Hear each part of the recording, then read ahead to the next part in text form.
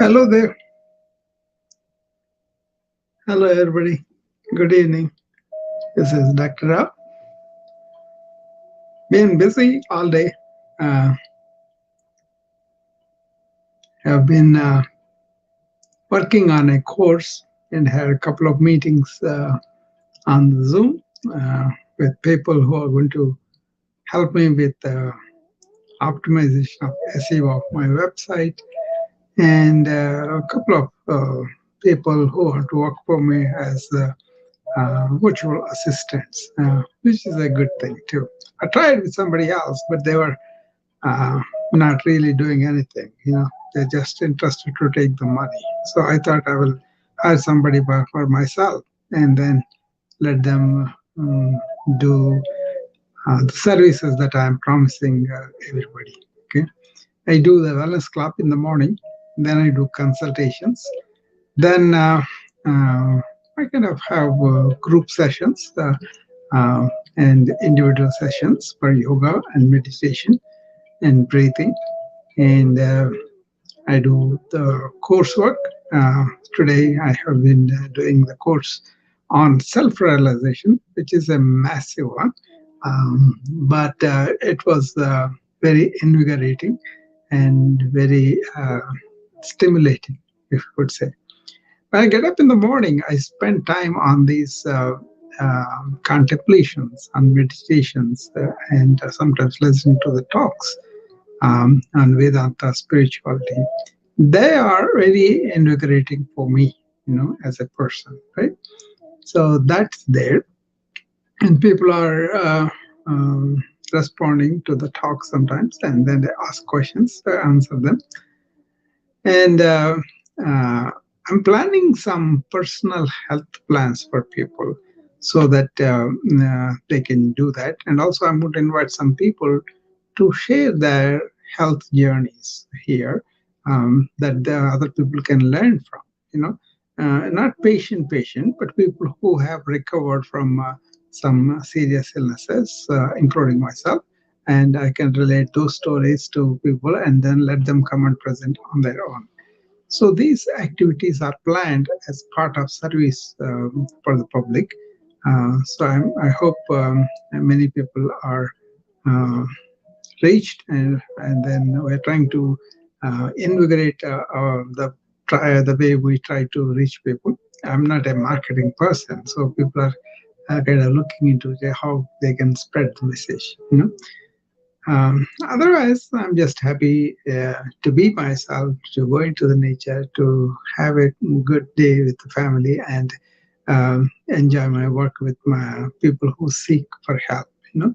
And that's what I was intending to do these couple of days here, because I wanted to help people understand how many ways I can help people.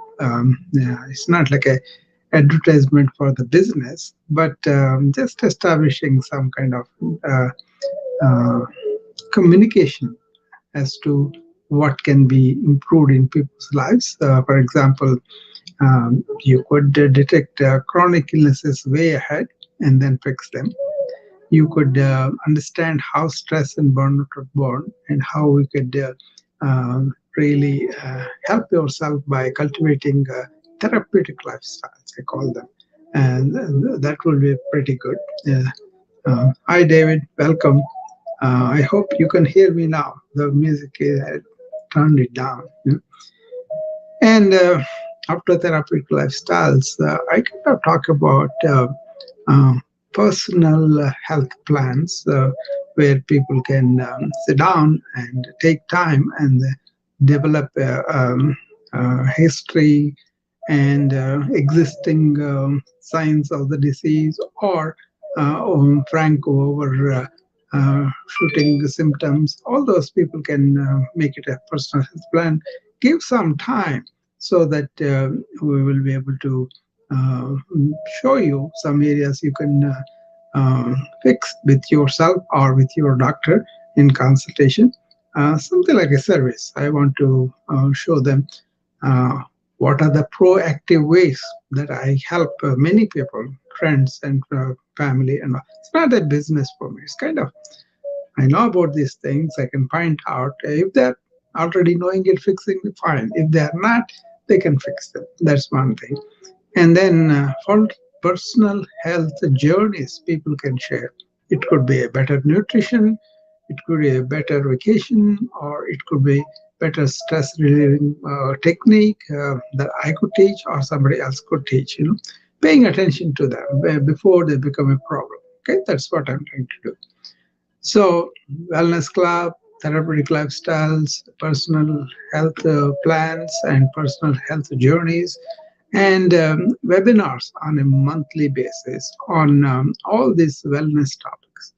As you know, I talk about pillars of health, pillars of wellness, vital nutrition, optimal, adequate, safe um, activity, exercise, learning to relax, learning to unwind, learning to sleep well, and of course, learning to handle your persistent active mind, right? How you can reach this solitude of mind at least twice a day. I would prefer, if not, at least once in a while.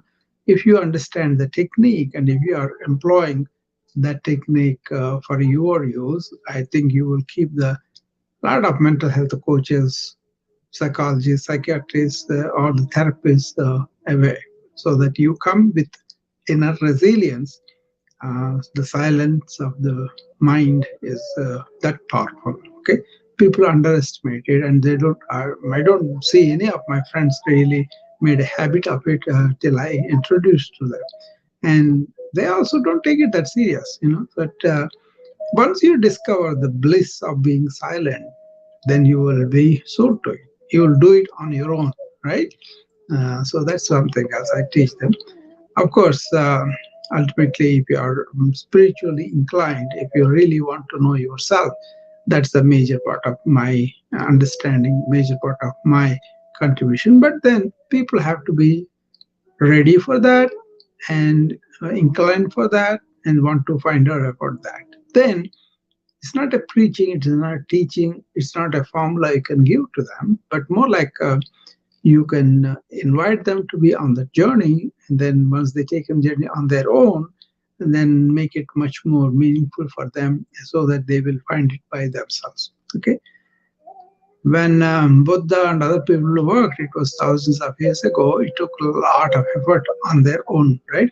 But now many people enumerated the process, the way, but you got to do it.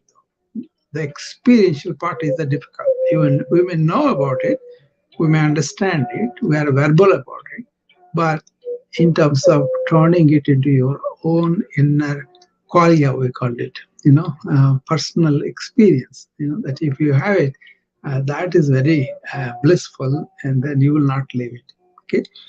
So I come from, you have physical problems, fine. You have mental problems, fine. You have energy problems, fine. You have some understanding problems, we can attend to that by going into a dialogue about certain things, right? And then if you have uh, problems that are deeply rooted, or psychologically rooted, then we can compassionately take it up and go into it slowly. Nothing is going to be done quick, right? So get to understand how we are conditioned, how we came to this, and whatever it is. Suppose you have a diabetes, um, you have manifested the diabetes. That means that was not there today, just like that. It was there, breeding in the genes, and then it had environmental stimuli, and that came out, right? So you got to reverse all of that. You may not reverse the genes, but then you can reverse the manifestation of a disease, right? So that is again proactive wellness. Okay, so any number of ways I can really uh, engage myself, and I'm having good time having on calls and consultations, on talks and interviews, and writing courses, newsletters. I wrote several newsletters recently on the LinkedIn. The last one I wrote was about what do a spiritual person feel when he closes his eyes. It's obviously tranquil, peaceful, right? Because he has no movement of mind, he has no worries and all that, right?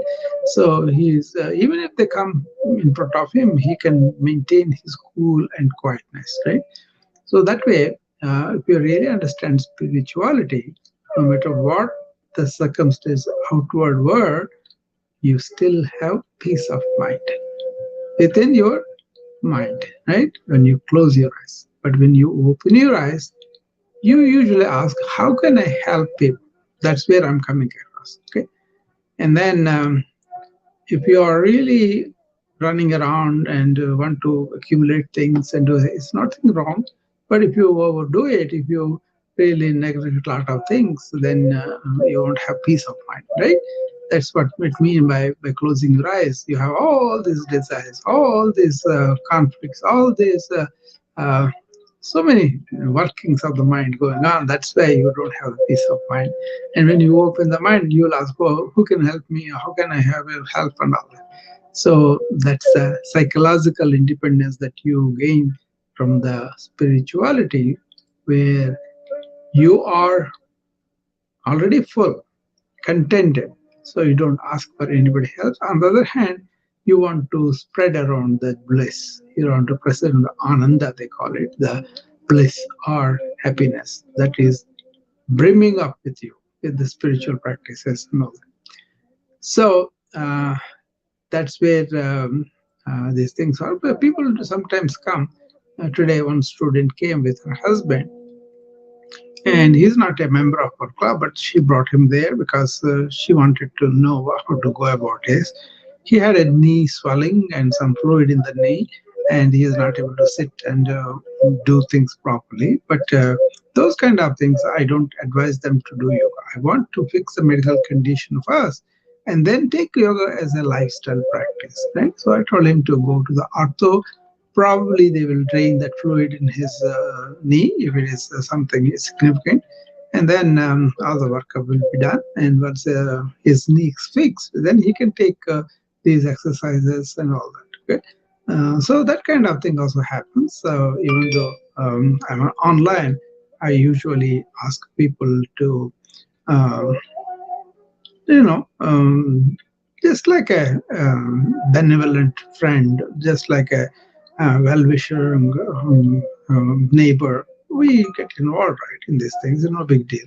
And most of the people are very happy to have a direction and then follow. So he's going to follow his doctor, get his knee drained, and then on the long term, not to recur, we can really use these yogic exercises and understanding the how knee pain comes and all of that. So those kind of things. So in a way, I have these seeking consultations and all that. Whether I ask it or not, that happens. Which is a blessing. I really enjoy helping people, so it makes my day. So. Some new things are going to come up with my wellness club. And anybody interested, they can come and join us. And it's going to be much more uh, focused on individual problems, and collectively we may do it. But if you need special attention, that's where they get, right? And lots of times I ask them, what is one thing that you want to work on for this week? So my wife had a knee pain, and another student had he had elbow problems, So I taught them how to go about strengthening the muscles that support those joints, and obviously they don't have serious arthritis and all that, and that's why they were able to make that function better. And hi, Alma, how are you? So that's the one kind of thing that I do all the time. Okay, Alma is here. Let's see whether she wants to ask any questions. So that's why I hi, Alma, how are you? Doing good, Dr. Rao. I just saw it. I got my break and I saw you, so I came in to support it too. Good, good, good. Yeah, I was kind of going over the things that I'm doing, and I intend to help my friends and whoever comes to my wellness club, or just reach out to me on the social media. So I was enumerating all the new things I'm bringing into those things, like a personal health plans, like a personal health journeys, and also how to approach a problem, how to use medicine first, how to use the alternative therapies, that kind of thing. I'm trying of being. You have any questions in that regard as to what I'm doing?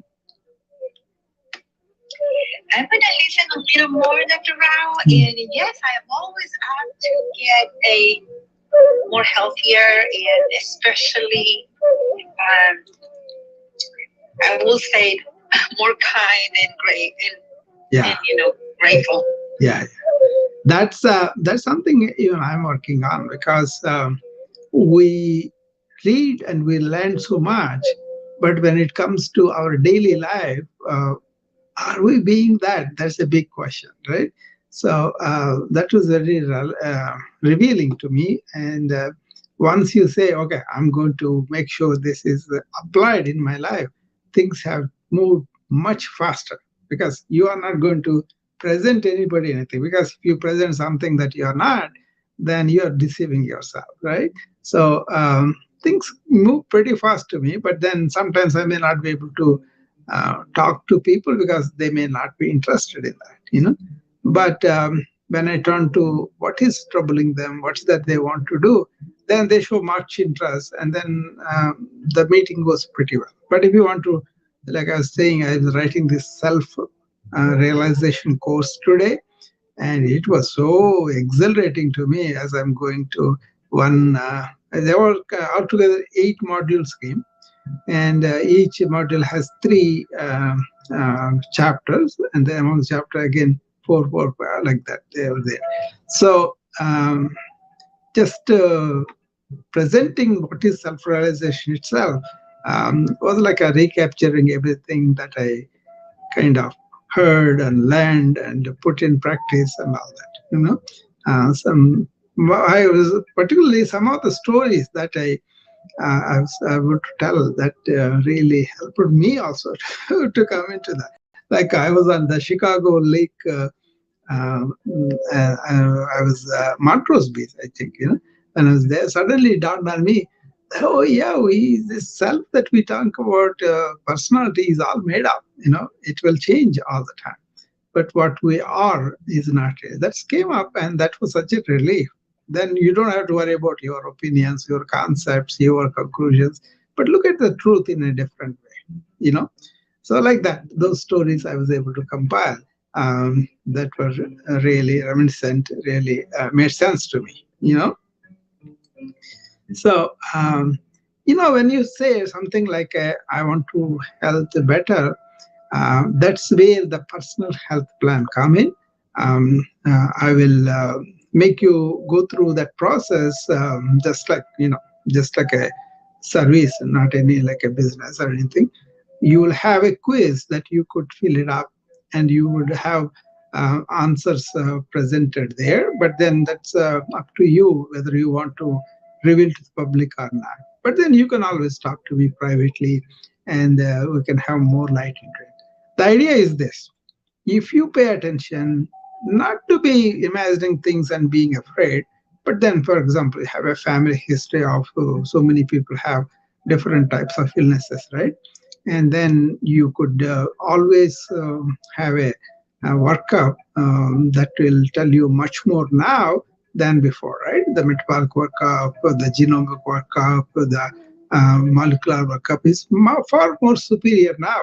And you can come to a conclusion, okay, in 10 years' time, if I continue the same things I'm doing, I'm certainly going to manifest this particular disease. It could be anything from diabetes, it could be no COPD, whatever. See, because a lot of people sleep on this and then continue the behaviors that is making them sick like that. You see what I mean?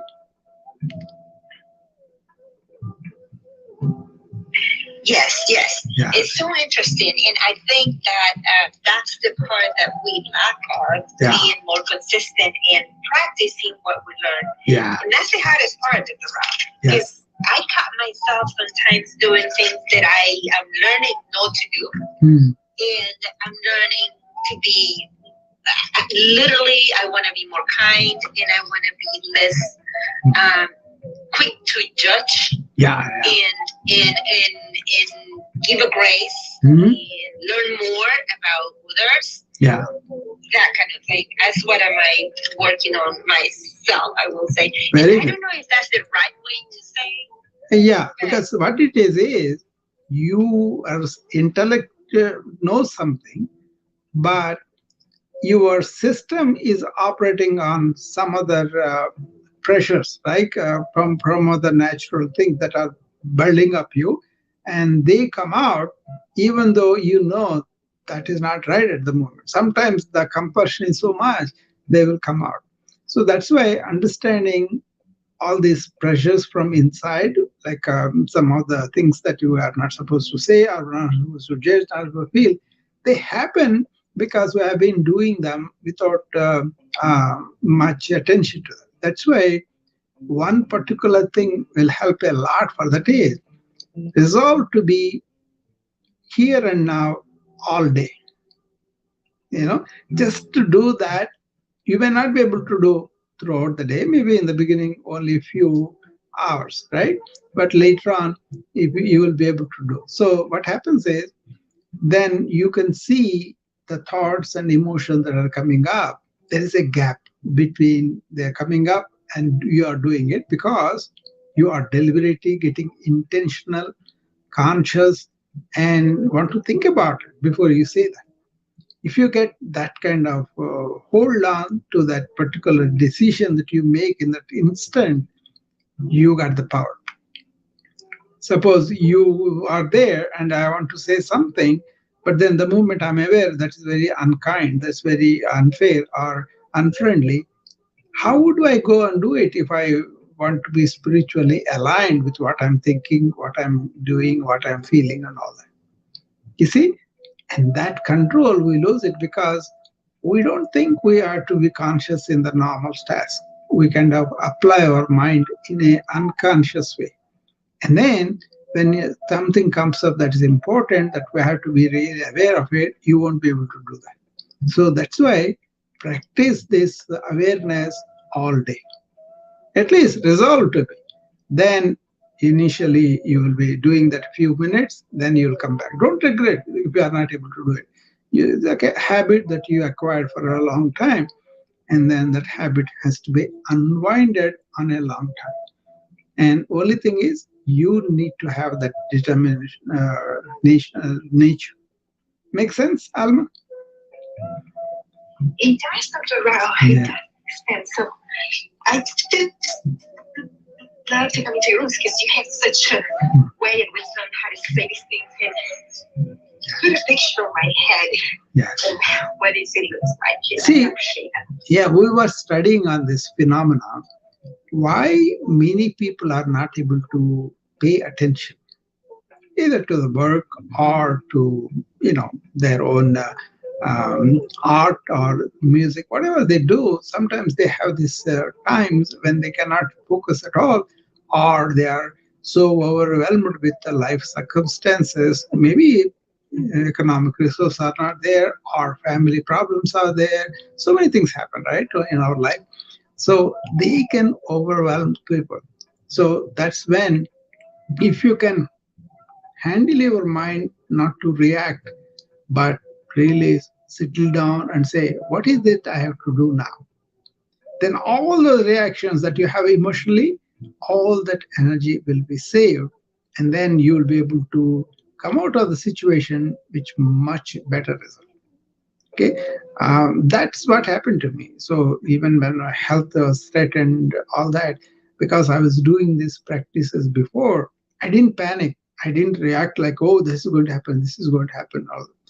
But then that resolve was there for a long time. It came to my aid when I needed it. But if you don't develop it, how can you get it when you need it? You know, it looks as simple. It's not that simple, really. But resolve, I want to be in the moment. I want to be in the present. I want to be aware. I want to do everything consciously. And then whatever you do is really taken with a grain of salt. But if you fail, that's okay, and you come back to it. Don't succumb to that mental anguish and all that. Then you can see that coming on, and then you will not give strength to it. You know. So this is a secret about developing focus and concentration. People are not having it these days because everything is instant gratification. Everything they feel that that has to be given to me a platter. They don't want to put the work for it. That's why I always tell them, be in the present, be in the present. That's like a mantra I was talking about. But it is very simple but very difficult to do. If you do it, very, very easy.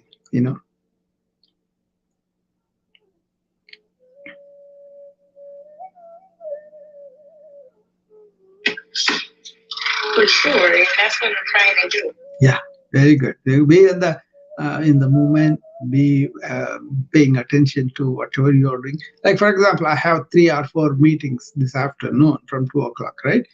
And each one is coming from somebody coming from international, somebody coming local, something like that, right? Uh, Different topics with a different intensity, different importance, and all that, But I was watching myself as a witness. Am I being attentive completely to everybody? Maybe the problem is small, but I shouldn't be dismissing and say that's okay. But the problem for me is small, maybe, but for him it is important, right? So that's what I'm saying. Every activity be with the same intense awareness on our part. Whatever they do, that's fine, but on our part. Then you can watch the movie completely aware, enjoy it, and you can work completely aware and work to your full satisfaction. The problem is these entertainments that all the people go through, they kind of force them off, and they don't have the same will anymore to really pay attention with the same intensity. The intensity goes away. That's the one you don't want to. You just watch it. And by the way, your energy is saved, Alma.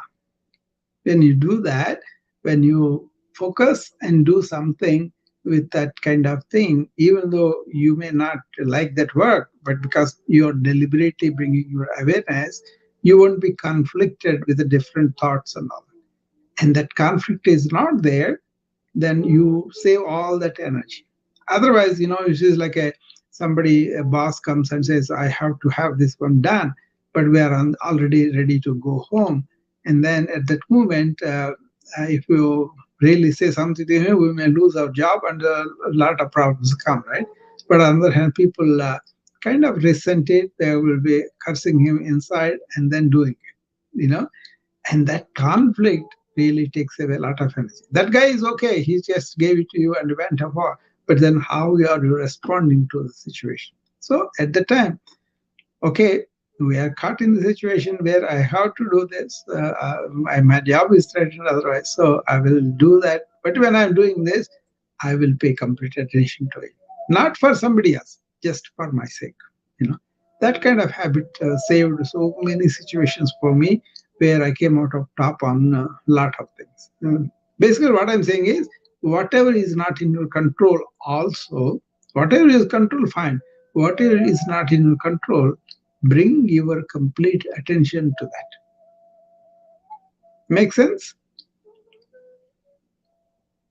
It does. It does. Yeah. And then you see even the emotional reactions. For example, my wife and me is there, and then I'm very meticulous in doing things. And she cooking, she doesn't care. She just throws around things. But then when she done, she gets the curry very, very tasty, right? So that's a potential situation for a conflict, right? But I kind of help her to clean up, and maybe she will not be able to do my standards. But I'm having the energy because I'm not taking it out on her. So it becomes very easy to cooperate and then kind of express, okay, I will help you. Kind of, okay, you can be as you are, but you are aiming to get us a good food. That is your aim, right? So we understand that and we go towards that energy, not the complaining energy. You see, this is a personal thing I changed myself years ago because I came from a my brother was in army. He is a lieutenant colonel in Indian Army, so he has 12,000 men under him. So he is a very disciplinarian. He himself is so disciplined, and then he kind of gets up and does the exercise. Talks only what is needed, communicates very well. Everything he taught us. I was very young compared to him, maybe 16 years gap between us. So he kind of brought me up. So with that kind of thing, we always have this sense of, okay, find a place for everything and keep everything in its place. That was our organization rule. And it became very easy for all of us to follow that because everybody in the house was doing that. So that was our culture in our house. But that should not be the way in every right. People come, but how we respond to them, how we react to them, is important. You know.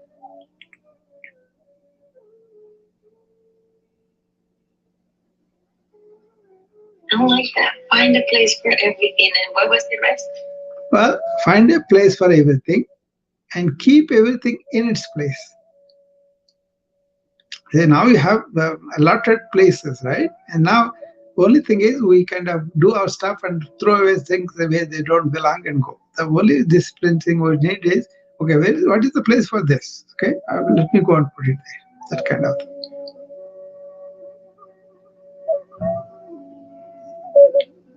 I mean, it's obvious.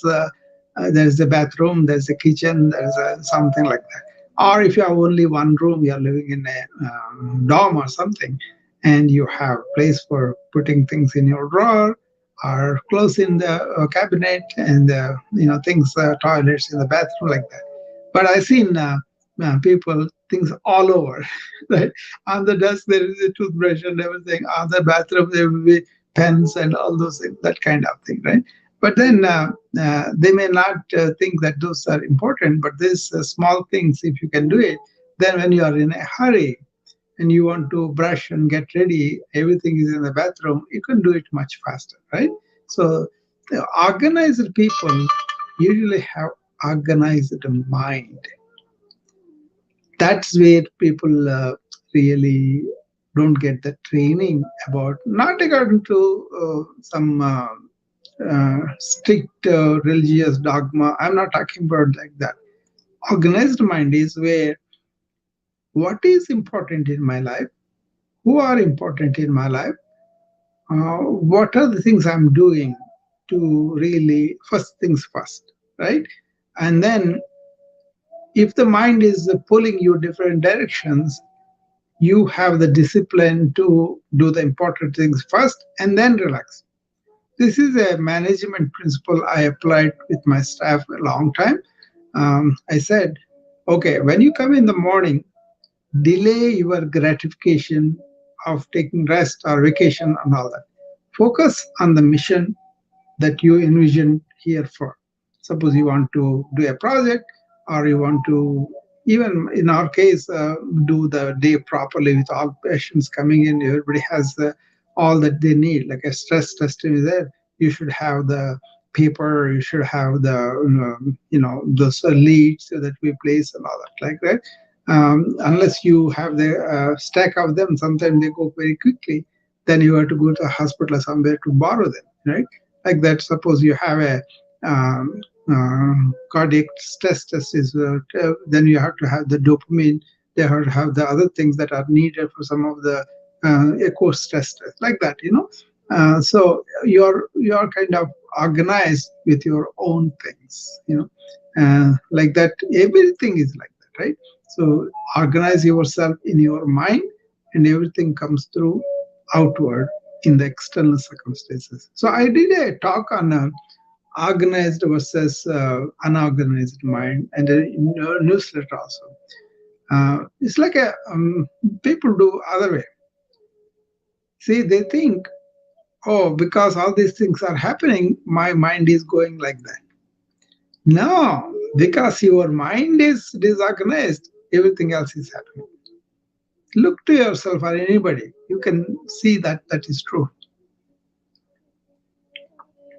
This I learned from the yoga systems, where they say everything out there is not happening, but your mind is reacting like that. And then what is happening in the mind comes out with that. What do you think about that? Makes sense. Yeah. So take deep breath. That's a simple thing everybody says when you are agitated, when you are, and the deep breath kind of stops that hesitation in the mind, at least to some extent, and then say, okay, what is this? Is this particular thing important in my realm? Is it uh, kind of aligning with my values or principles, or what do you think, and all that? And lots of times there will be non-essential things we are worried about, then we can dismiss them.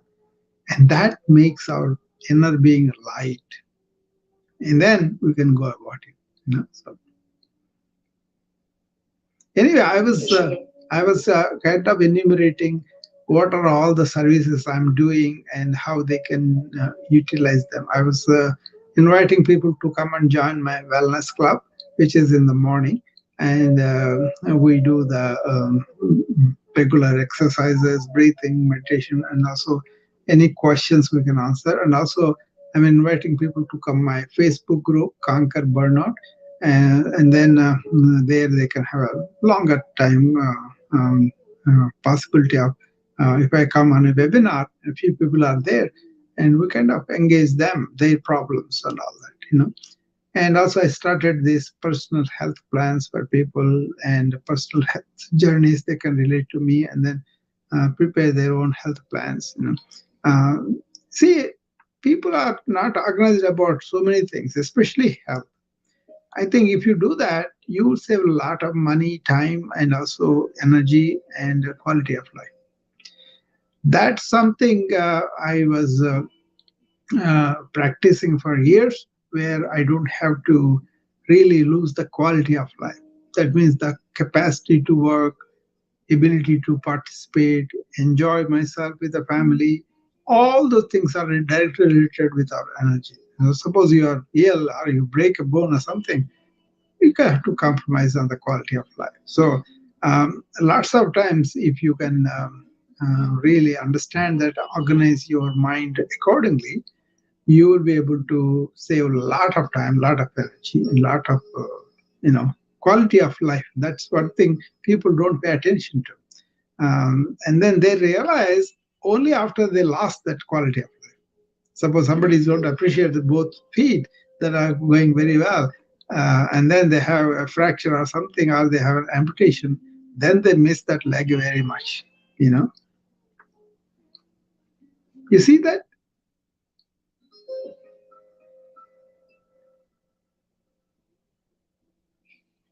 Yes, for sure.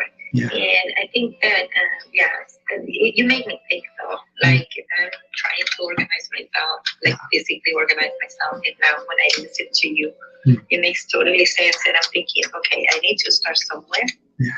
And I need to go from there, like the tiny habits, Yeah. where you can start small until you get where you need to be. And so I've been doing that, but it just opened my eyes to see, to compare how my mind can be more, calm when I do those things ahead of time. Yes, yes. Lots of times, mind is kind of left alone, and its job is to think a lot that way, this way.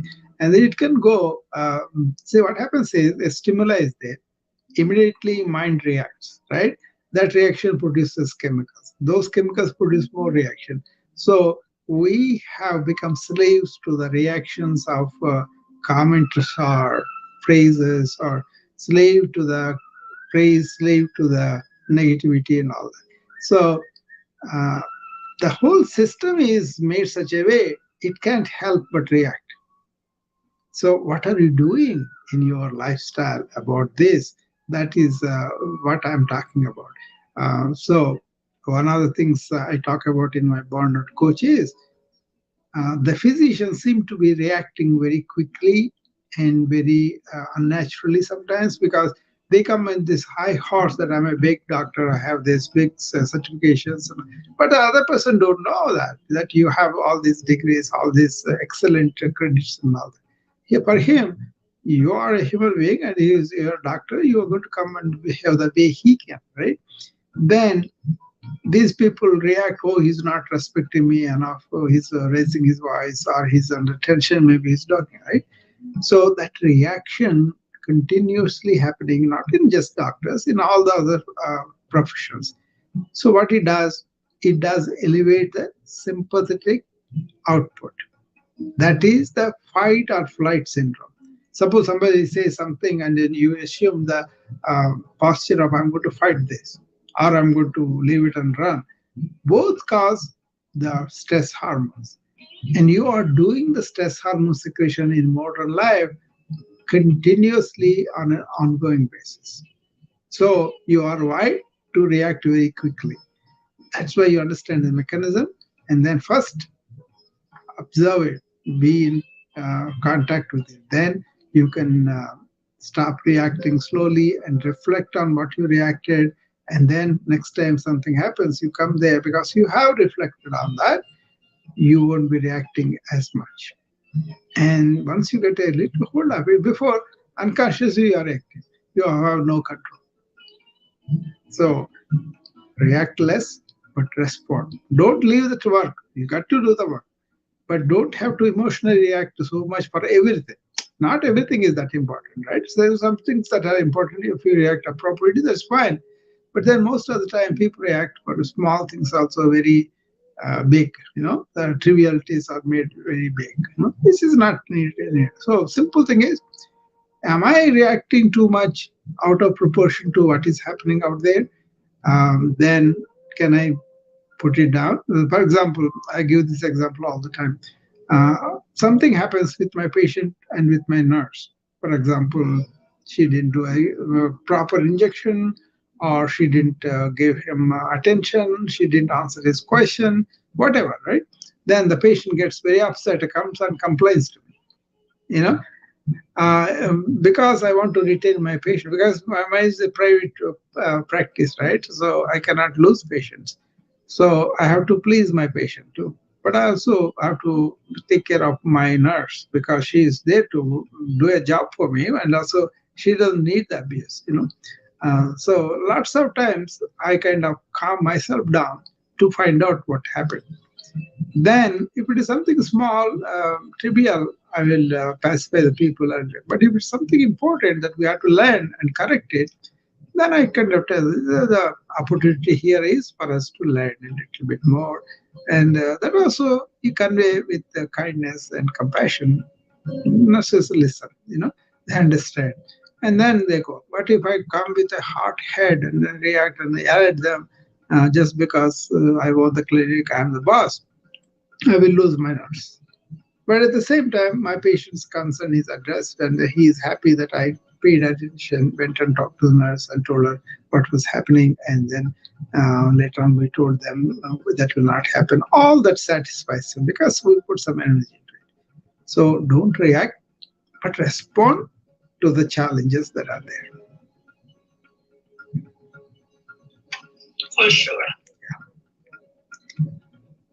So I was, as I was telling, I was writing the course today, and I had a couple of meetings with some people who want to do the SEO optimization on my website, and a couple of VAs are coming in the morning, and so services are expanding. So I planned a new uh, battery of services in the next couple of years, where my aim is only one thing: how can I make many people aware of this proactive wellness which I'm talking about?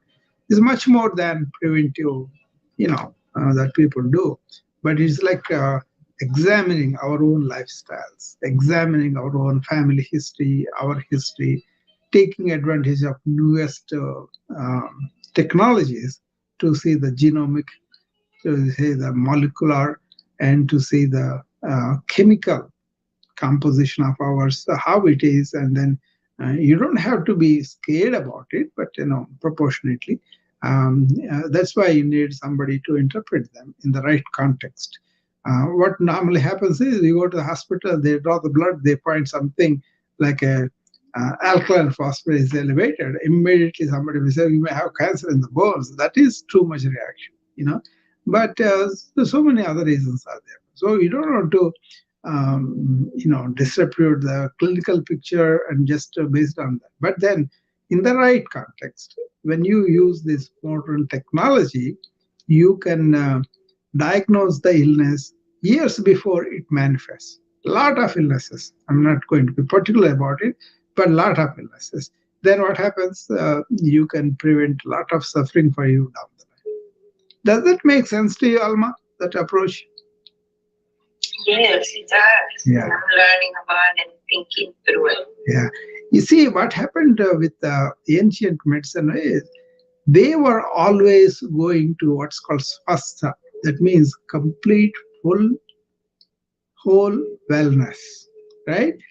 They knew that the bodies have born with that. Then, with our upbringing, culture, all the insults that we take from the environment, they kind of throw us away. And on top of it, there's chemicals and things like nicotine, coffee, or whatever drugs that we take without really realizing how harmful they are to the molecular picture. Then it becomes like I can't live with it. It is something I enjoy. Yeah, but then you will not be able to enjoy that down the line. There's one friend of mine. He is very popular, so he goes around the country in India and eats all sorts of fast foods. You know, all the fast foods are not good, but then he enjoys that, and then he tells everybody, "Oh, come and enjoy this food in this one." And he says, "Oh, this man is getting more business. That's why I'm helping him. A good thing." And I told him, "You are encouraging them to eat all this junk food, and down the line they'll have all these metabolic problems, and they'll have so much more, and the health system is." Really going bankrupt because all these people are having these chronic illnesses. And also they don't enjoy themselves that much. So for them, they're like, oh, that's not my responsibility. No, it is your responsibility. You have to keep that in mind and then say, because we were like that, we brought the planet to this stage. Because, it's not, nothing is happening and I'm not doing it, that kind of attitude. Now see how the planet affected, everybody is suffering now. So I kind of think deep. I think that's essential for us. And then it's not that I'm obsessed about being more like worried about it. Not at all. I'm joyful actually. But uh, I'm being present, being aware helps a lot. That's my point. Don't be like a health nut, and don't be like so do everything in moderation. Do everything with common sense. Do everything, especially with conscious feeling. What am I doing? What is my intention? What's happening here? That much if is there, I think a lot of problems will be avoided. We become mechanical, we become reactionary because we don't pay attention. Again, we're coming back to that attention. Yeah. That is true, Dr. Rao. So I have a question for you. Yeah. Now that we're talking about, that we mentioned about the digestive problems and stuff. Yeah. Can I'm sure that our emotional things have a lot to do with digestion. So, yeah. What are the things that someone who have trouble just digesting any seeds or anything could be related to emotional? How actual is that? Now, and then what can they do? Now the whole digestive tract is laden with hormones. Okay, so you have anxiety, for example, and you feel the acid secretion, you feel the retching and all that. That's a very simple thing. Suppose you are really scared, you have diarrhea, and suppose you are really eating a lot, obviously the problems are you eating very, very poorly, like anorexia nervosa people, the girls don't eat at all because they don't want to lose their body image, or they're obsessed with something. So it's a big deal, because the way we are rested, comfortable, and eating food also makes a difference.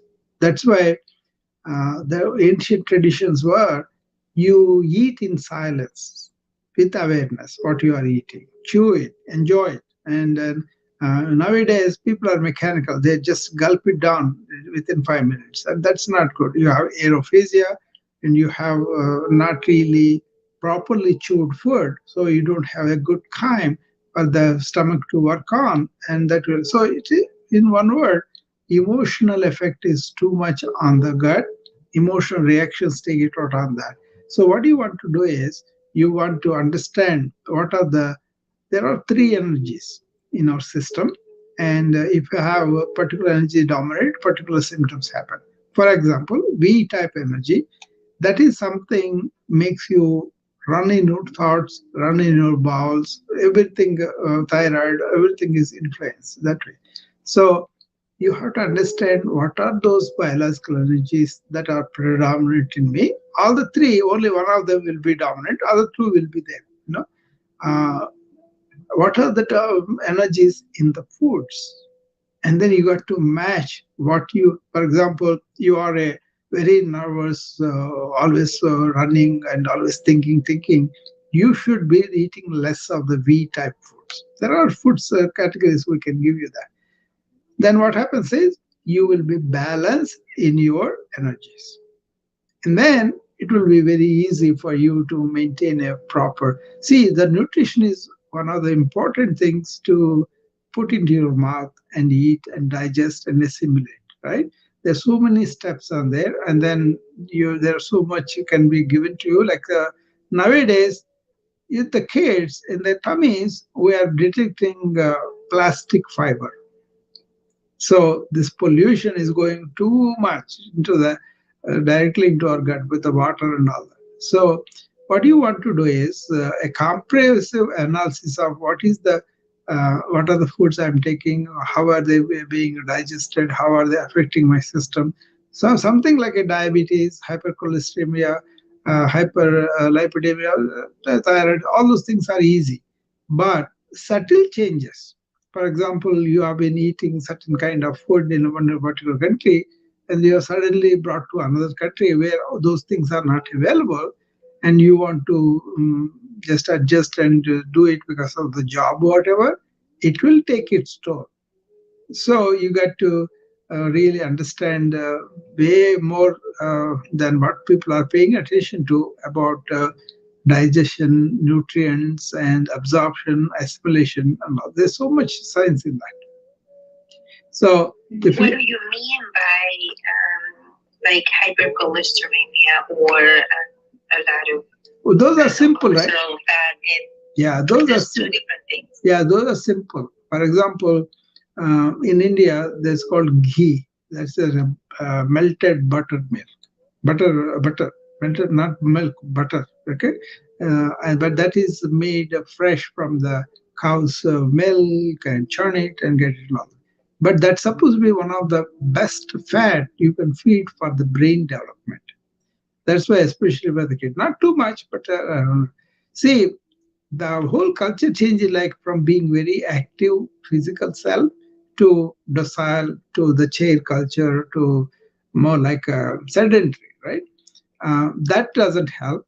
And then all you have to do is functionally move your body all the time. And this settling down is not good. Then all this metabolism doesn't happen, and you retain the fats, and you have the consequence of it. But if you are normally walking, normally doing things, household things and all that, then you can take some fats that are very good, and then they will be very helpful to you. Even though you have high LDL in France, for example, they don't have as many cardiac events as we have here. But if you go to uh, Japan, Okinawa, they have the highest number of centurions, but they eat a lot of fish, and now those fish are irradiated, right? So a lot of problems to other countries too, because they are sending them there, saying that we already toned down the radiation and all, but it is not really healthy. So having that kind of news and awareness, you can avoid that, and then you can eat other things, So it's all a big science, Alma. But if you have relaxation techniques, and then you have a awareness of your good nutrition, and you have awareness of how you are eating and all that, everything plays a role in that particular person's GI problems. Yeah. For sure. Yeah. So it's a question of this is what I'm saying. You got to have a whole understanding of what is not only your individual physical health, but also what is the society around you? What is the planet doing? What are the things that are promoted as big, very good things versus what are really true or not? All these things have to be in your awareness. Otherwise, these people try to sell you poison, saying that is very good for you.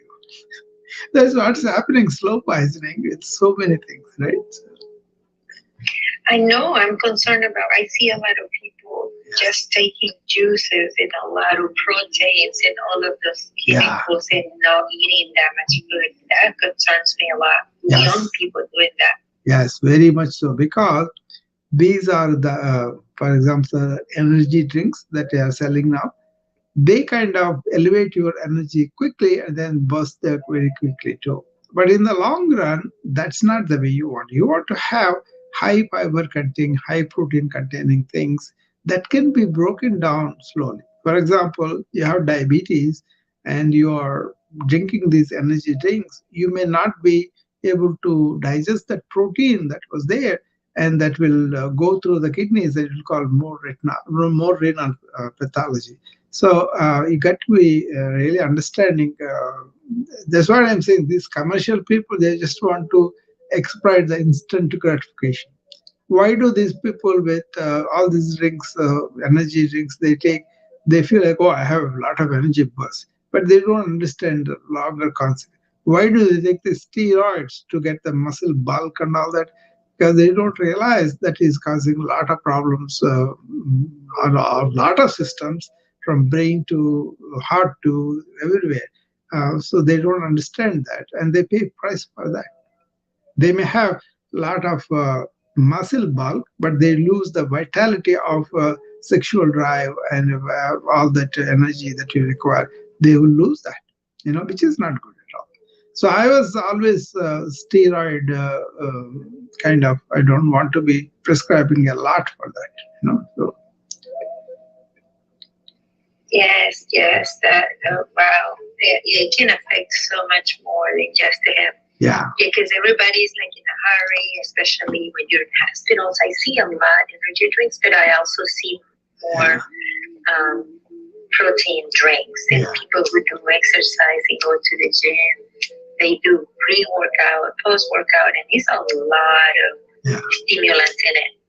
Yeah, a lot of times we don't pay attention to these things. We think, oh, they are a pretty good deal. And then we kind of... fall for it. That's what I'm saying. Be aware, awake, And also go for the organic foods, go grow them if you want to. I advise so many patients, come on, get into that a little bit, and then they began to grow, they enjoyed it. Sometimes they brought them to me, just a treat for me. I used to get oranges from Florida all the time. So they were really, they discovered their energy is better, their numbers are better, and they knew that they won't be paying the price of cardiac event and all that with this healthy living. But that has to be done slowly. That has to be done according to your ability and your resources. And all. This is very complicated for some people, but some people it's very easy for them to do. And down the line, they have the quality of life. That is the biggest thing. So. Well, anyway, it's almost 7 o'clock now. I'm going to close the room now. Alma, thanks for coming up. We had a good discussion. That's good. Okay. So, yes, I always enjoy it, Dr. Rao. I'm going to go back to work. Thank you very much. All right. Okay. So I've just enumerated the services, and I'll probably come with a different topic tomorrow. And I will see you then. Okay. Bye-bye. Perfect. Bye-bye.